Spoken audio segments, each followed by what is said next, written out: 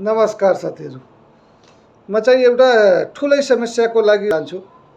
एउटा मल वितरणको लागि है, मल नपाएको हाम्रो नेपालको किसानहरूको समस्या, खास गरी रूपन्देहीमा है। हाम्रो रूपन्देहीमा खास गरेर मल नपाउनुको समस्या के छ? के नेताहरूले नगर्न खोजे हो कि मेयर र विधायकहरू नगर्न खोजेको हो कि चाहिँ कसले गर्न नखोजेको? किन मल खर हाम्रो नेपालमा नपाएको? हाम्रो रूपन्देहीमा हेर्नु, जता हेरे पनि होइन, लम्बा कतार लागेको हुन्छ। कम्तीमा 400-300 जना मान्छे पुगेको हुन्छन्। खाद किन पाएको छैनन्, मल किन पाएको छैनन्? अब चाहिँ चुनाव आयो होइन, चुनाव आएको बेलामा आएर नेताहरू के भन्छन्, म यो गरिदिन्छु, म त्यो गरिदिन्छु, म यो गरिदिन्छु भन्छन्, तर गर्ने केही होइन। जनताको समस्या त्यस्तैको त्यस्तै हो, कहिले जाँदैन जनताको समस्या। यो समस्या कसले समाधान गरिदिने?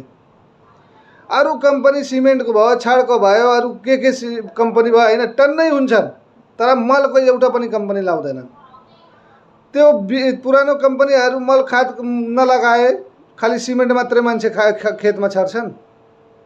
सिमेन्ट छर्ने हामी खेतमा किन समस्या समाधान गरेको? हाम्रो रूपन्देहीको कति समस्या छ। इन्डियातिर गयो भने इन्डियातिर पुलिसले लाठी खान्छ, किसानहरूले 2 नम्बरी गर्ने मान्छेलाई समाउँदैनन्, खालि किसानलाई मात्रै कुटिन्छन्। किन यस्तो समस्या हाम्रो रूपन्देहीमा छ? मल अहिले म तपाईहरुलाई एउटा भिडियो पनि हालेर देखाउँछु।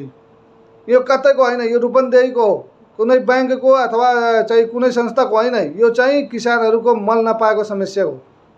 कतिजना यो समस्यामा परिरहेछन्। यो समस्या कहिलेसम्म हुन्छ? हाम्रो त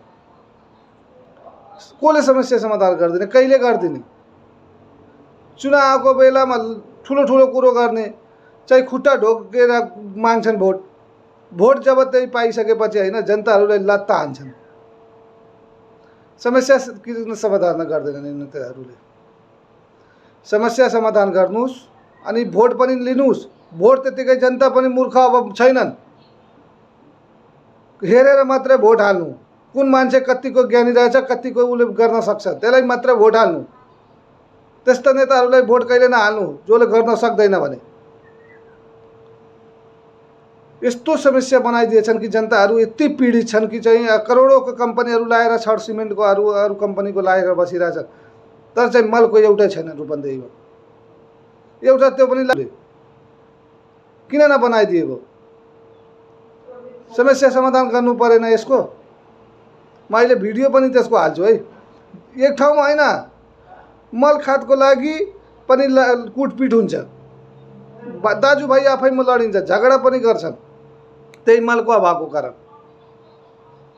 मल त कम्तीमा हाम्रो किसानहरूलाई पुर्याउनुस्। किसान नपुर्याए के गर्नुहुन्छ तपाईहरूले?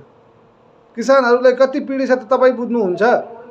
जब तर चाहिँ हाम्रो रूपन्देहीमा किन पाउँदैन? यो मलको चाहिँ वितरण चाहिँ तपाईहरू राम्रोसँग सल्लाह गरेर राम्रोसँग यो गर्नुस्।